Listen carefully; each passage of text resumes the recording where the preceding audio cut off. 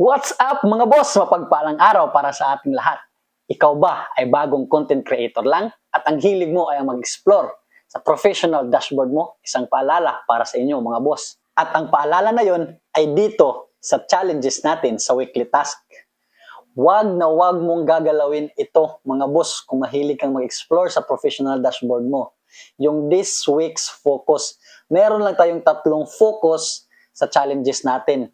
Ito, yung I want to reach more people, I want to maximize my earnings, at I want to get a quick start on Facebook. Isa lang dyan mga boss ang pagpipilian mo. At wag na wag mong palitan yan mga boss at i-update dahil once na napalitan mo yan at in-update mo pa, mababack to zero yung weekly task mo. Ibig sabihin, yung pinaghirapan mo sa buong linggo ay mawawala yon at mababack to zero ka. Kaya paalala, wag na wag niyong papalitan yung focus nyo this week. Sa tatlo na ito, dapat isa lang yung pipiliin nyo. At papalitan nyo lang yan kung gusto nyo after isang linggo. Mag-uumpisa yung task sa Lunes, kaya sa Lunes nyo na palitan. Sana nakatulong. Maraming salamat po. Thank you.